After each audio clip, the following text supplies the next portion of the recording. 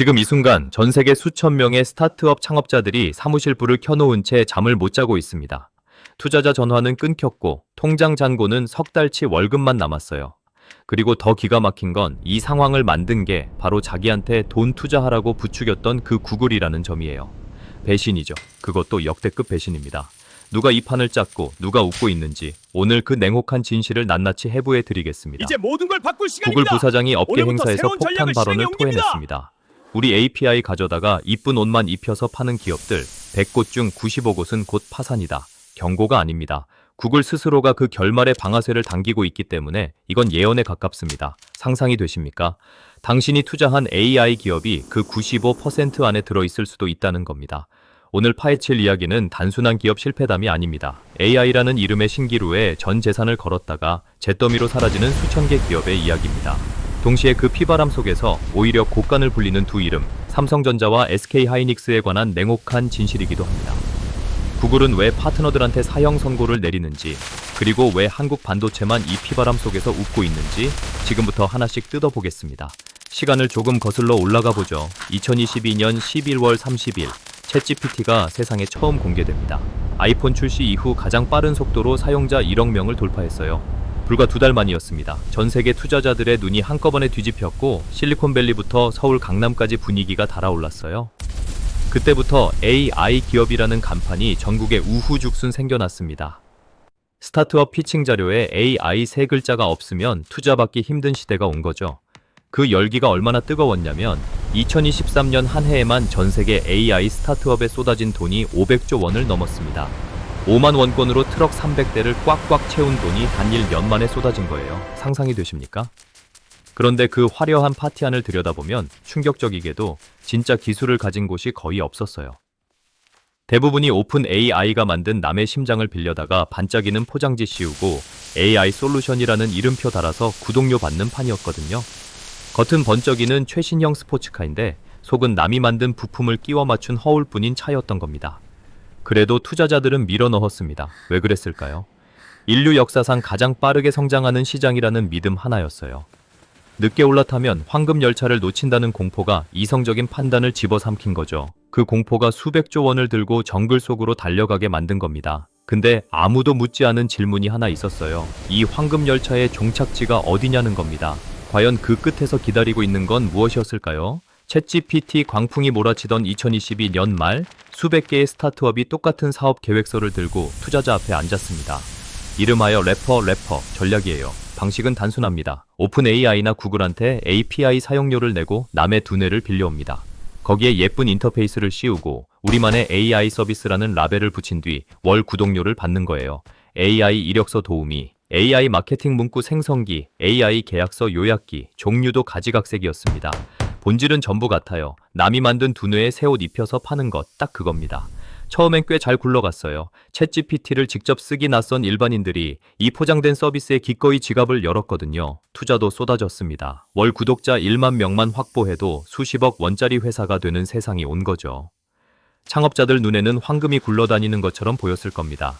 실제로 이 시기에 시리즈 A, 즉 초기 여기 투자를 내 명함 받은 받게. AI 간판 압수하세. 스타트업이 알겠네, 압수하세. 미국에서만 수백 곳을 넘겼습니다. AI를 붙이면 투자자들이 먼저 명함을 내밀던 시대였거든요. 기술이 없어도 비전만 있으면 된다는 분위기였습니다. 파티가 한창이었던 거예요. 하지만 그 환대와 흥분, 처음부터 철저하게 계산된 착각이었습니다. 시작해볼까? 진짜 문제는 아무도 건드리지 않았던 질문 하나에 숨어 있었거든요. 두뇌를 만든 회사가 직접 그 기능을 서비스에 탑재하는 순간 어떻게 될까요? 도대체 무슨 일이 벌어질지 생각해 보셨습니까? 상황이 급변한 건 생각보다 훨씬 빠르게 찾아왔습니다. 오픈 AI가 서비스 종료? 챗 GPT의 PDF 이런 요약 서비스가 기능을 기본으로 끊겼어. 탑재했어요. 다시 시작해야겠다. 발표 다음 날 PDF 요약 서비스로 월 구독료를 받던 스타트업 수백 곳이 존재 이유를 통째로 잃어버렸습니다. 하룻밤 새 서비스가 통째로 날아간 거예요. 이게 딱 한 번이었다면 그나마 다행이었겠죠. 근데 이게 끝이 아니었습니다. 구글이 제미나이에 기능 하나 추가할 때마다 어딘가에서 스타트업 하나가 꺼지는 상황이 반복됩니다. 이미지 생성 기능이 탑재되자 AI 이미지 편집 스타트업들이 줄줄이 쓰러졌어요. 이메일 요약 기능이 들어오자 AI 메일 도우미 서비스들이 꺼졌습니다. 사자가 밥 먹을 때마다 우리 안토끼가 한 마리씩 사라지는 꼴이에요. 이건 경쟁이 아닙니다. 처음부터 기울어진 운동장이었던 거죠. 생각해 보십시오. 내 사업의 생사가 내가 아니라 두뇌를 빌려준 회사의 업데이트 일정에 달려 있는 겁니다. 오픈 AI 개발자 미팅에서 어떤 기능이 추가되느냐에 따라 내 회사 가치가 하룻밤 새 연기될 수도 있는 거예요. 이게 사업입니까? 로또판이죠. 그런데 이것보다 더 위태로운 사업 구조가 또 있습니다. 어그리게이터, AI 중개소라고 불리는 서비스예요. 오픈 AI, 구글, 엔스로픽 세 군데 두뇌를 한 화면에서 비교해서 쓸 수 있게 해주는 겁니다. 얼핏 그럴싸하죠. 그런데 구글 논리는 도끼날처럼 냉정합니다. 배달 이민족은 식당이 수만 군데니까 중개 플랫폼이 필요해. 근데 AI 두뇌는 사실상 우리 셋뿐이야. 우리가 직접 팔면 되는데 중간에서 수수료 떼가는 너희가 대체 왜 필요하냐? 구글이 직접 중개상을 뿌리째 걷어내겠다는 선전포고였습니다. 총구를 이미 겨눈 거예요. 결정적 순간 심판자가 모습을 드러냅니다. 구글 부사장 데런 모리입니다. 그가 공식 업계 행사 무대 위에서 작심하고 입을 열었습니다. 우리 API 가져다 껍데기 씌운 기업 95%는 곧 파산할 것이다. 충격적이게도 이건 협박이나 허풍이 아니었습니다. MIT 연구팀이 실제로 AI 기업들의 수익 구조를 파고들었더니 눈에 띄는 성과를 낸 곳이 진짜로 5%뿐이었거든요. 100곳 중 95곳이 지금 이 순간에도 투자받은 돈을 태우면서 버티고 있다는 겁니다. 알고 보니 데런 모리는 파트너들한테 저주를 내린 게 아니었어요. 그냥 사실을 말한 겁니다. 그게 더 섬뜩하지 않습니까? 도대체 왜 이 지경까지 온 걸까요? 뿌리가 없기 때문입니다. 이 간판 기업들은 생태계 자체가 두뇌 회사의 소장농이에요. API 요금이 오르면 마진이 순식간에 날아갑니다. 두뇌 회사가 같은 기능을 직접 서비스에 탑재하면 차별화가 연기처럼 사라지고요. 경쟁사가 똑같이 겉모양 씌운 서비스를 더 싸게 내놓으면 고객이 빠져나갑니다. 이 세 가지 중 어느 하나라도 터지면 사업 자체가 날아가요. 모래사장 위에 세운 고층 빌딩인 셈이죠. 그렇다면 이 100곳 중 95곳이 실제로 쓰러지기 시작하면 어떤 장면이 펼쳐질까요?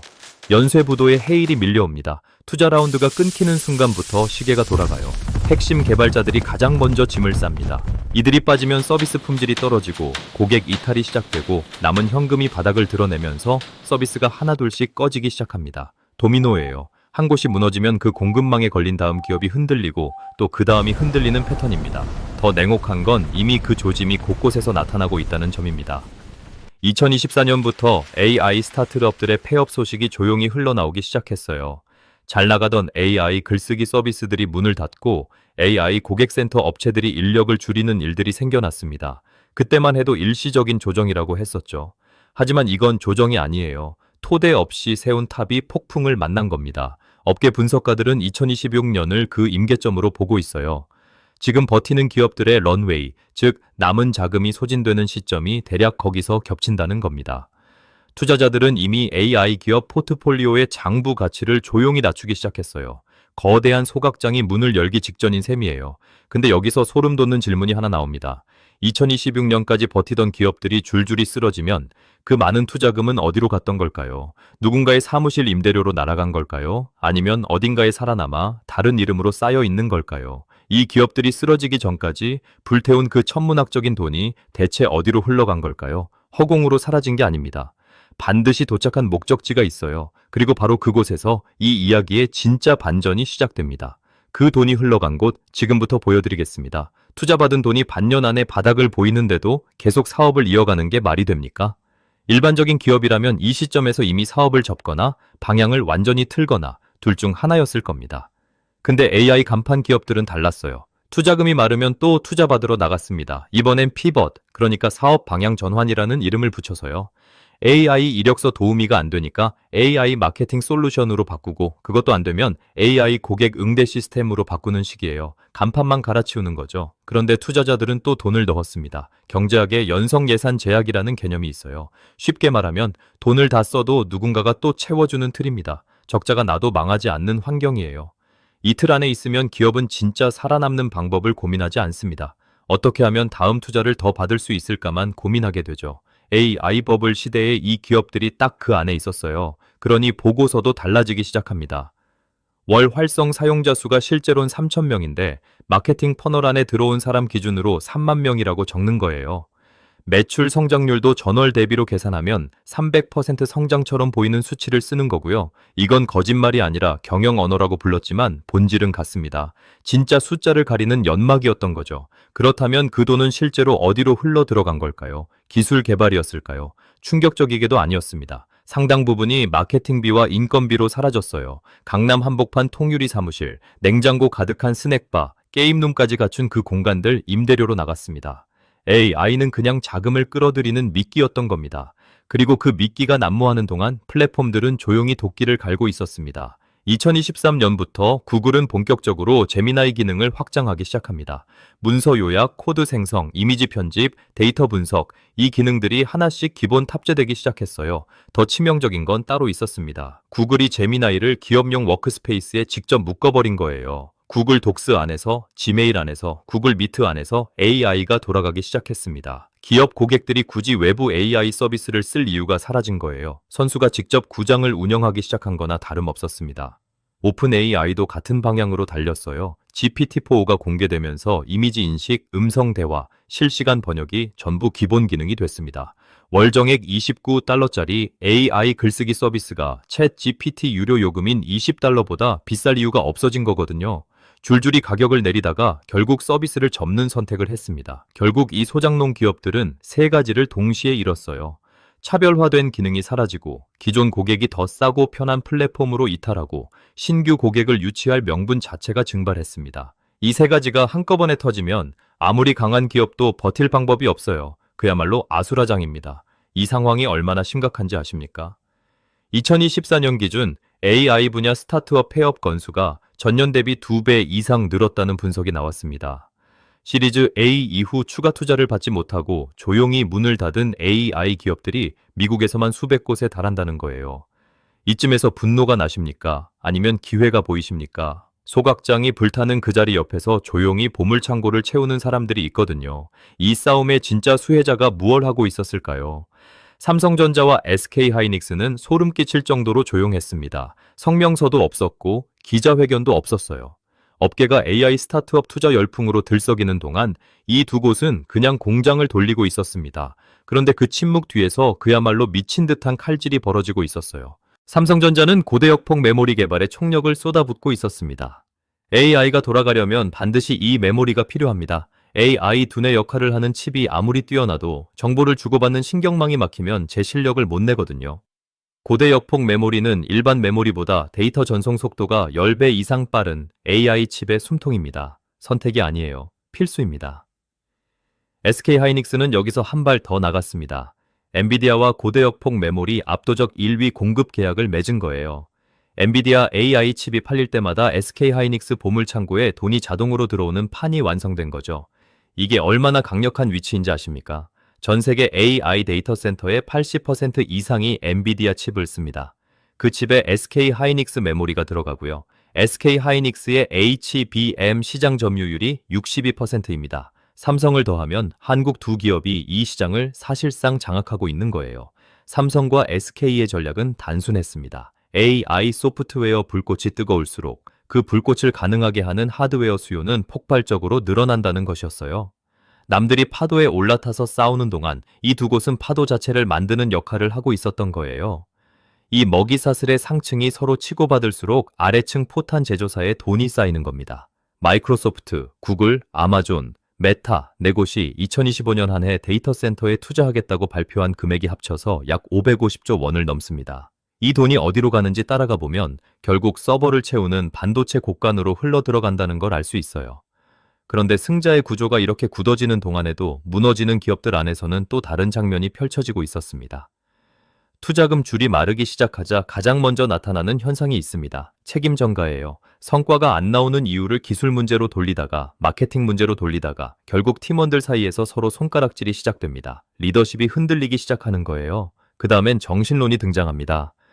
우리는 할 수 있다. 이 시장은 분명히 온다. 조금만 더 버티면 된다. 데이터가 아니라 구호로 버티는 거죠. 엔지니어들은 이 시점에서 눈치를 채기 시작합니다. 코드를 짜는 사람들은 숫자를 보거든요. 실제 사용자 데이터, 이탈률, 결제 전환율.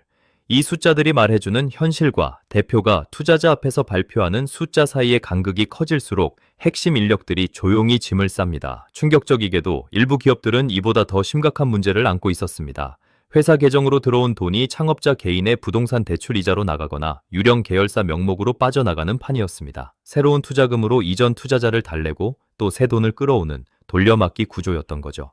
이게 드러나기 시작한 시점이 바로 2024년이었습니다. 실리콘밸리에서 AI 스타트업 창업자들이 투자금 유용 혐의로 수사를 받거나 소송을 당하는 사건들이 터지기 시작했어요. 반짝이는 피치덱 뒤에 뭐가 있었는지 장부가 열리기 시작한 거죠. 기술이 아니라 이야기를 팔았던 겁니다. 그 이야기의 끝이 이제 보이기 시작합니다. 그리고 마침내 2026년이 옵니다.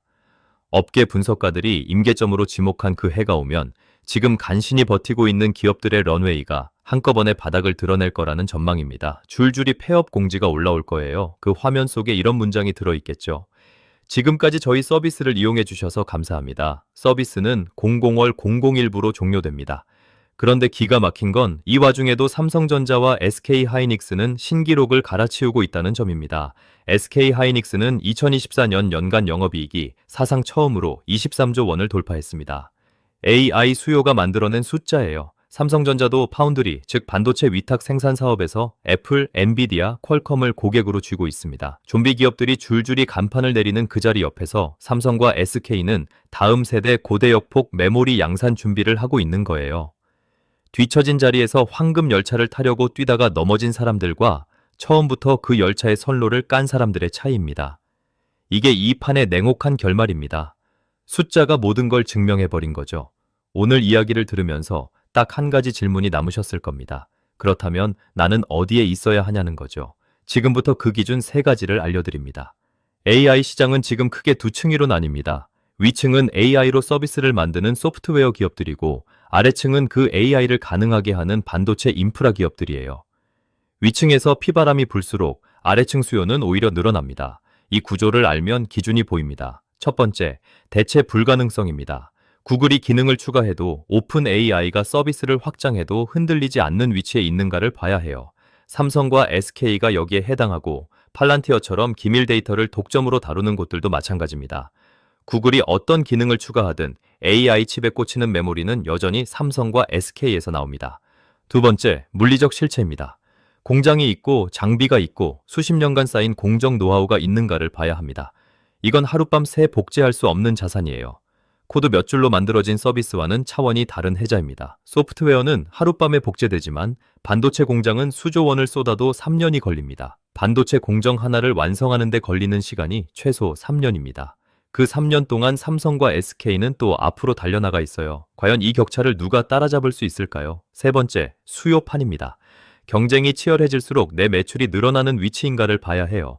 지금 삼성과 SK가 딱 그 자리에 있습니다. AI 기업들이 치열하게 싸울수록 그들이 쓰는 서버가 늘고 그 서버 안에 들어가는 반도체가 팔립니다. 싸움이 클수록 무기장수가 버는 법이에요. 이 세 가지 기준을 갖추고 있는 기업이 얼마나 되는지 생각해 보십시오. 대중들이 AI 거품이 터졌다며 등을 돌릴 때 그 순간을 기회로 읽는 눈을 가진 사람이 결국 웃게 됩니다. 하지만 아무 AI 기업이나 잡는 건 그냥 도박이에요.